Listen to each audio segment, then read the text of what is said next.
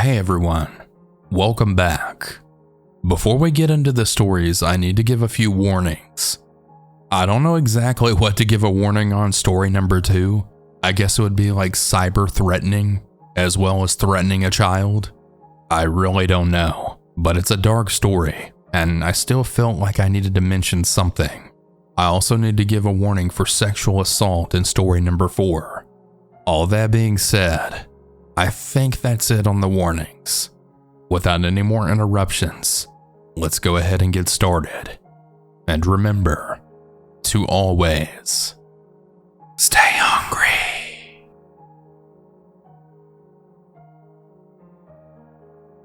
I'm a 25-year-old male working in an office environment. I'm also gay, which is relevant to the story. I'll refer to my boyfriend as Kyle. We had a new girl start in the office who I'll call Sophie. She seemed nice at first, and we became quite friendly. She was 23, so right around my age. After about 2 weeks, I had mentioned Kyle in conversation. I don't ever hide him away, and if anyone has a problem with it, that's on them. Sophie's eyes seemed to light up when I told her about Kyle, and she then said, "Oh my gosh, I've always wanted a gay friend."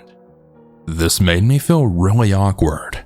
I awkwardly laughed and didn't really say anything because I didn't want to cause a scene.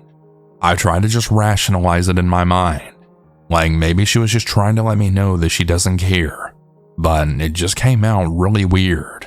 But I was wrong. She went on to say that she was shocked that I'm gay because I don't seem sassy at all. I was pretty offended by this, to be honest. I mean, I'm just some random guy trying to live.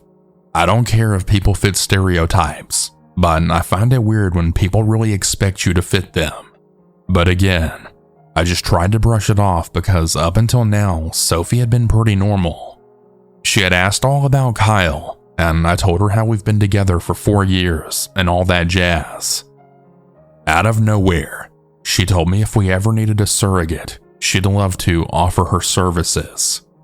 I was taken aback by that, and I told her we would never use surrogacy, that if we ever had children we would adopt. She looked weirdly sad and told me that was a shame because I was wasting my really good genes. Again, weird I know, but I always tried to see the best in people, so I just brushed it aside. I didn't mention any of this to Kyle because he's way more cynical than I am, and he'd have told me she was a weirdo. I guess deep down I knew that was true, but before this whole story happened, I was way more innocent, despite my grown age. I continued to get to know Sophie more and more, but over the next few weeks, she had really started to creep me out. She would constantly ask me too personal questions about me and Kyle, such as wanting to know about our intimate life. I told her I couldn't discuss that with her, and she actually asked me why. I told her I didn't feel comfortable, and she tried to guilt trip me by saying friends are supposed to tell each other everything. I told her it would be really disrespectful to Kyle if I blabbed our personal business like that, and she then snapped at me that Kyle sounds abusive. I can assure you that he isn't, and I told her this, and she told me that I sound like a Stockholm victim. I was honestly baffled by her bizarre behavior, but it was a red flag that I couldn't ignore. Normal people don't want to hear about other people's sex lives, so it was really creepy that she was so interested. I told her to stop being nosy, and that was the end of it. After that though, I decided to really distance myself from Sophie. She just made me feel weird, like I was an accessory or something. Well, fast forward a few weeks, and I bumped into her one weekend when I was out celebrating a friend's birthday. She definitely saw me, so I waved, but she ignored me. I didn't let it ruin my night, and I just quickly forgot about it. The next morning though, I'd woke up to a WhatsApp text that she had sent me at like 5 a.m. when I was already asleep. She actually told me that I'd betrayed her, and she couldn't believe my audacity.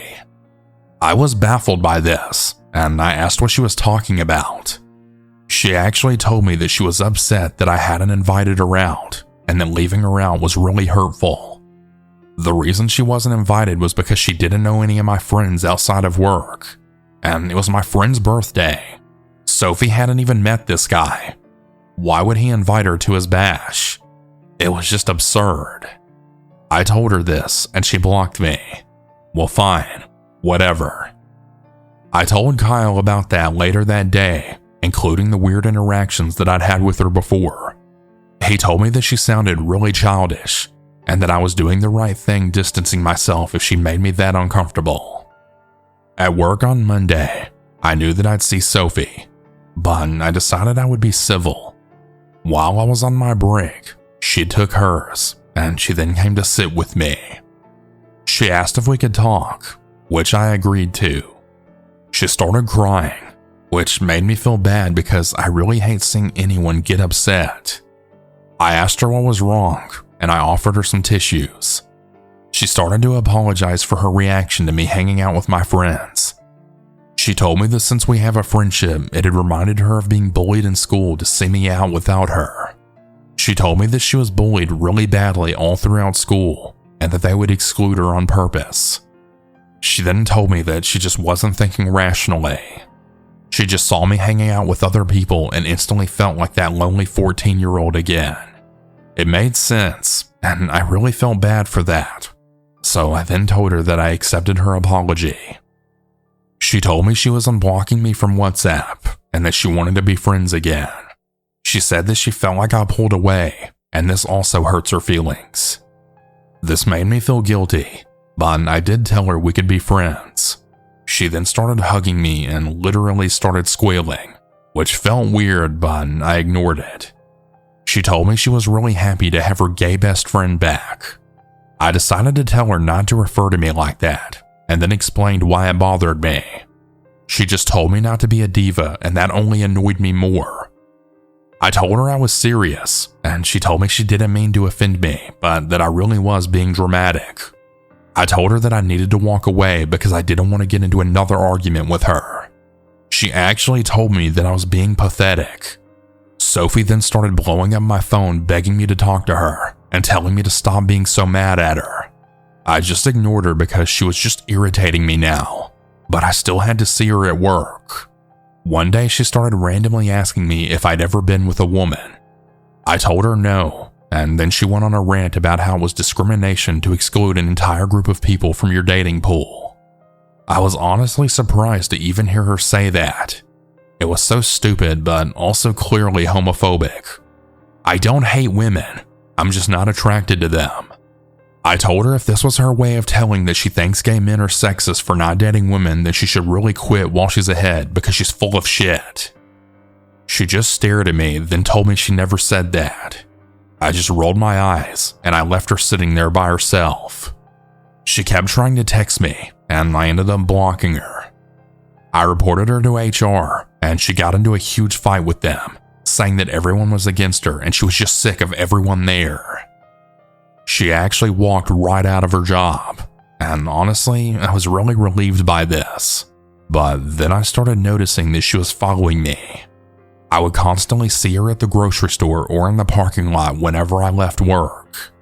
In the mornings, I'd see her standing on a specific street that I had to drive through to get to work. I couldn't prove that she was stalking me, but it was really freaking me out. I spoke to the police about it, but they told me that they really couldn't do anything since she technically hasn't done anything to me. They said they would talk to her though, and advised me to keep a record of everything. Thankfully, I think speaking to the cops scared her, because it's been 2 months since this all happened, and she hasn't been in contact with me since. I am still alert though. I just really hope she stays away from me for good.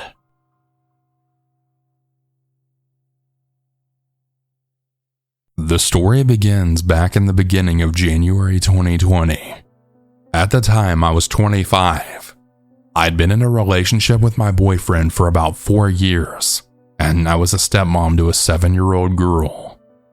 I used to and still do from time to time play a Steam game called Rust with some friends, and we all hang out and talk in Discord while we play. One night when we were playing, we had ran into a newer player in the game. I'll refer to this player as Alan for the purpose of this story. He seemed like a normal guy playing the game, and seemed overly savvy with Rust, and he seemed to vibe with myself and the rest of the group that I played with. It's roughly 5 other people in the clan. We all agreed that Alan may be a good fit for our clan, so we decided to invite him to our Discord call. We continued to play over the next few hours, and one by one, everyone started logging off for the night as it was getting late, which left Alan and myself by the end of the night, and we talked for about another hour about what was going on in the game and just casual conversation of what else do you play?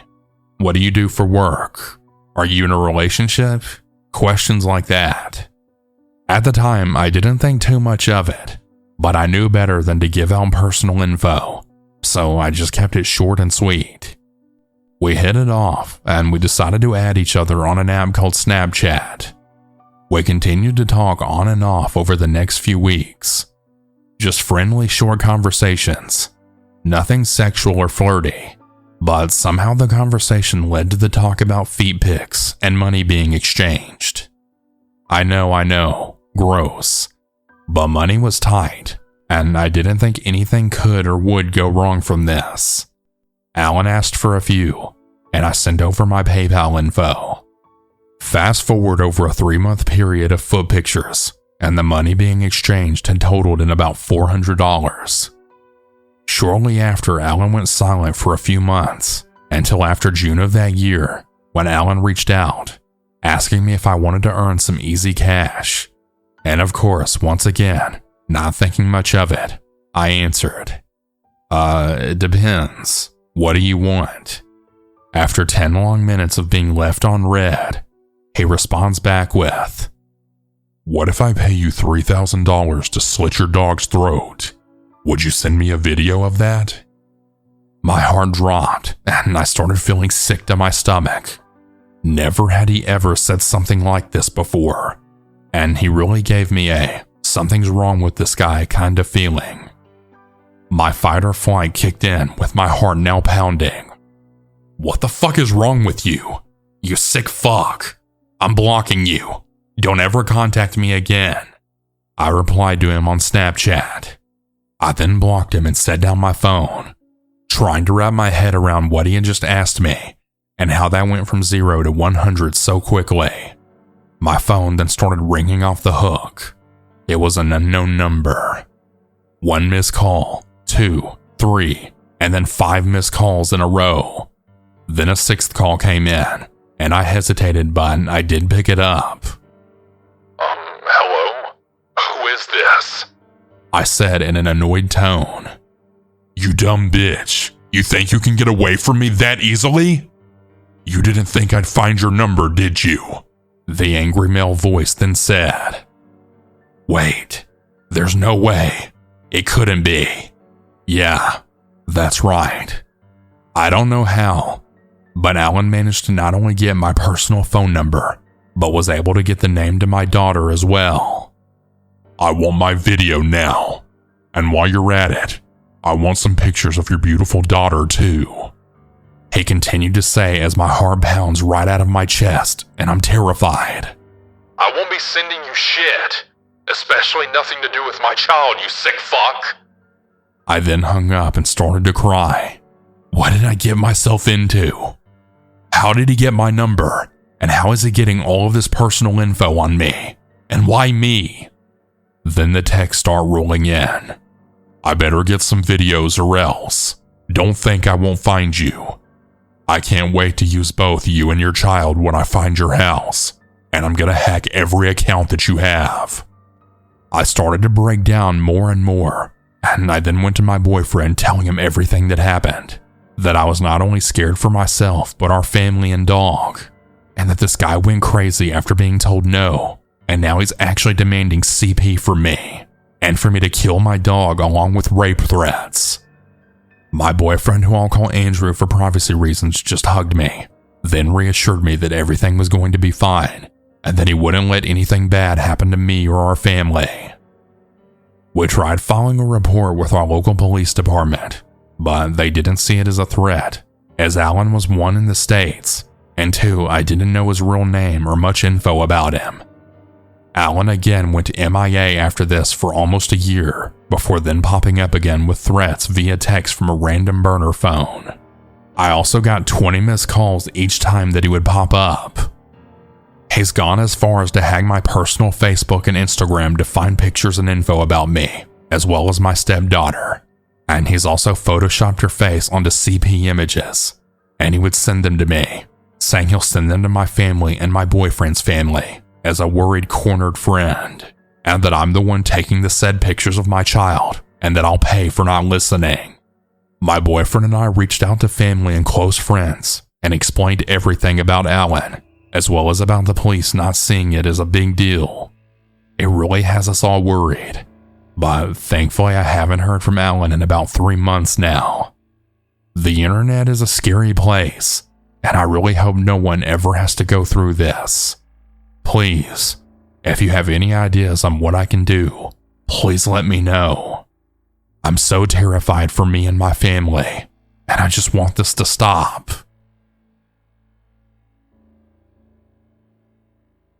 I'm a girl, and for some background on this story, this all happened when I was about 9 years old, give or take.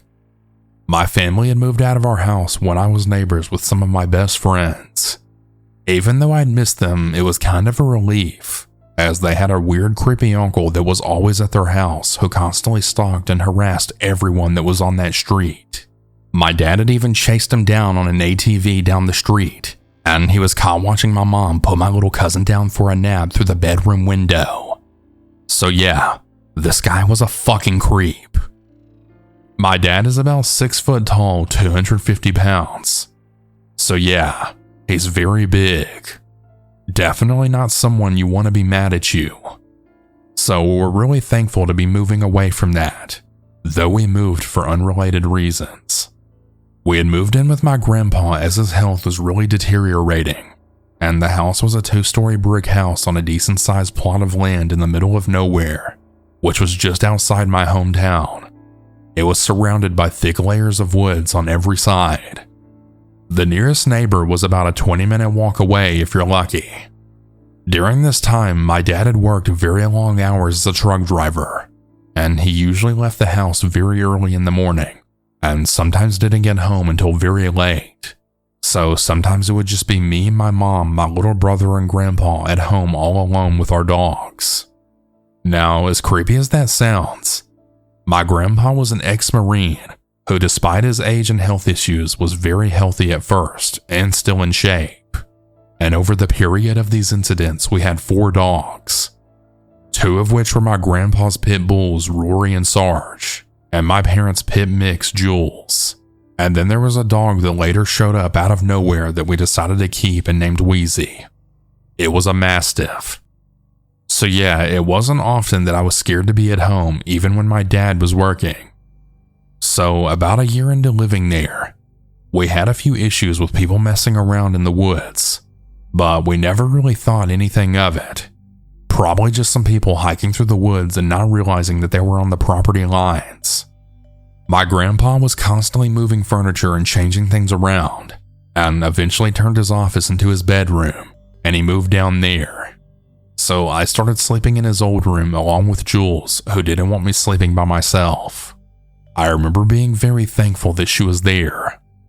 She'd sleep up by my chest all curled up, and something just always felt off, and she would constantly patrol the room, as well as glance at the windows all throughout the night. But again, I just didn't really think much of it. It was an old house that was probably haunted, to be honest, and there was a ton of wildlife outside. Well, one morning Sarge and Jules were outside, and ended up running back up into the woods, which they never did before. They didn't come back for hours, and we spent the whole morning looking for them and couldn't find them. When they finally came back, Sarge was covered in marks, but overall okay. Now Jules, on the other hand, was in very bad shape. I won't go into details because it's honestly pretty traumatic to think about, but she was losing a lot of blood, and we couldn't get her to the vet in time.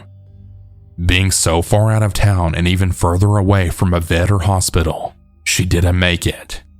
After that, my mom stopped letting me sleep downstairs, and so I shared a room with my brother, or I slept on my mom's floor, especially if my dad was leaving early for work. This had really annoyed me at the time because I was a stupid kid who just wanted to be independent. But thinking about it now, I'm really glad she did what she did. During this time, a suspicious-looking truck had started following my mom around whenever she would bring me and my brother to places. Eventually, my grandpa had started going with her, and I'd ride the bus to my dad's parents' house after school so that my dad could pick me up from there.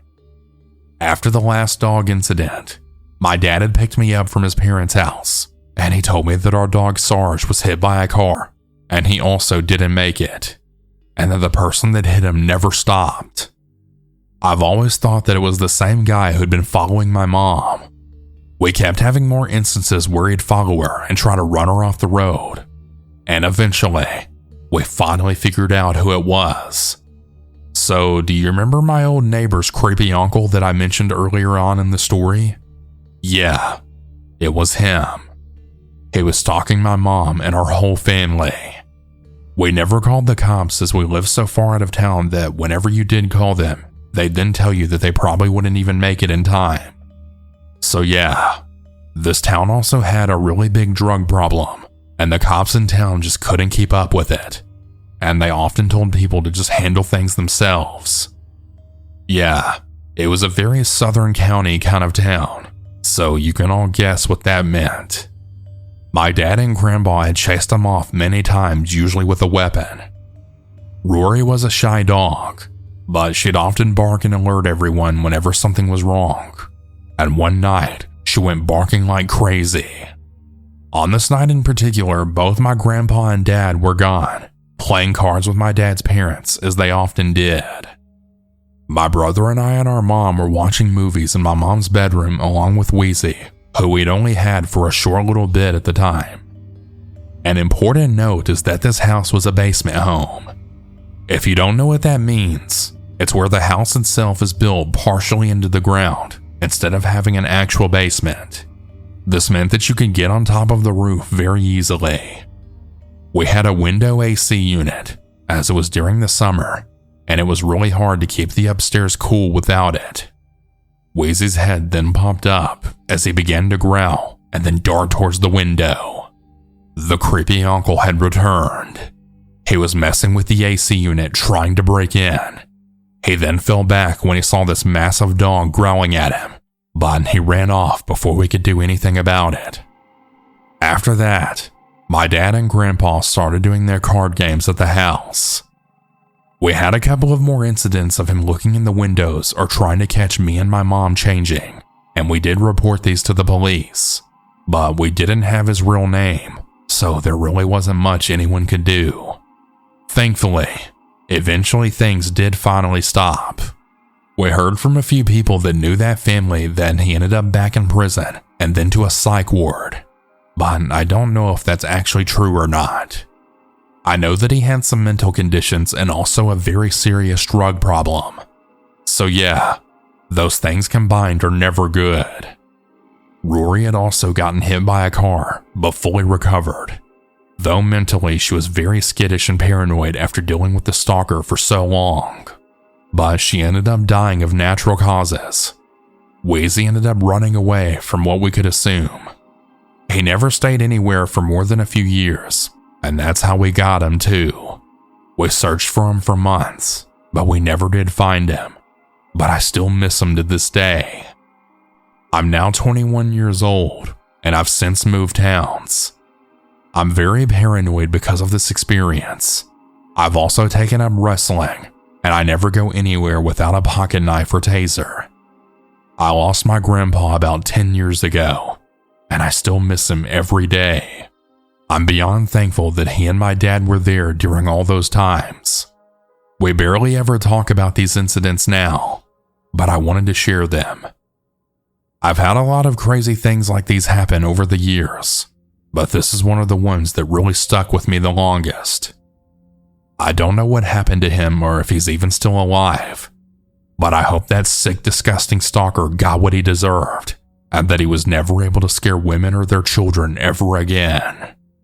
Thank you for all taking the time to listen to my story. Please, everyone, always watch your surroundings and be careful.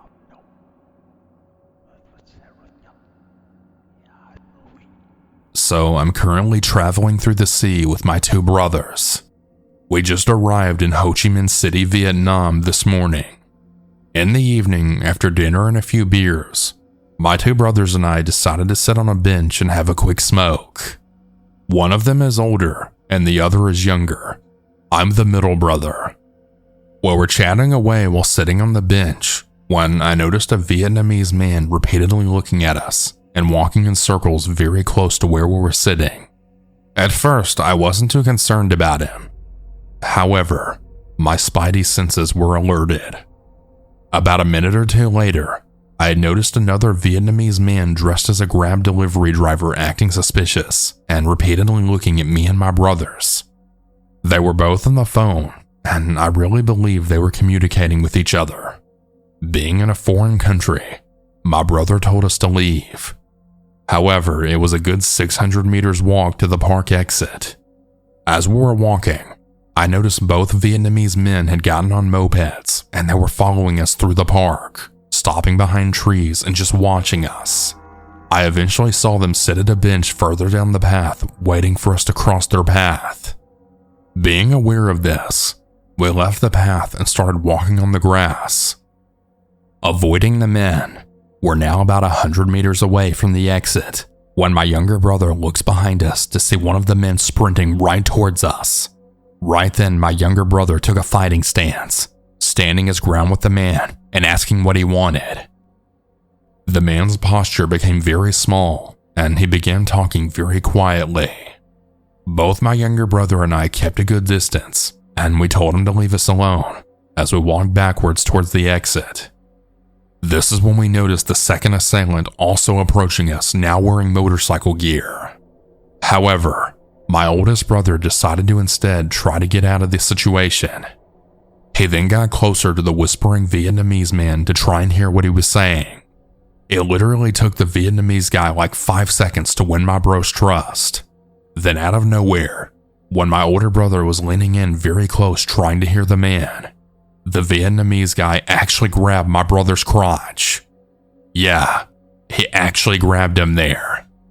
As you can imagine, my brother was shocked at this. I was honestly ready to fight at this point, expecting to be robbed or something worse. But the crotch grab was a bit unexpected. After that, we just started shouting, and the men fled. For context, both me and my younger brother are competing MMA fighters. However, this whole situation was just really unexpected. We ended up not engaging in any violence towards the men, just shouting at them. But yeah, that's my story. Please, everyone, always be careful in the parks at night in Vietnam, or really anywhere for that matter. And if you happen to see two strange men lurking in the dark, watch your backs and get the hell away from them. Hey everyone, I hope you all enjoyed these stories. If you ever want to submit your own, you can do so at southerncannibal.com. Have a good night, everyone. And remember to always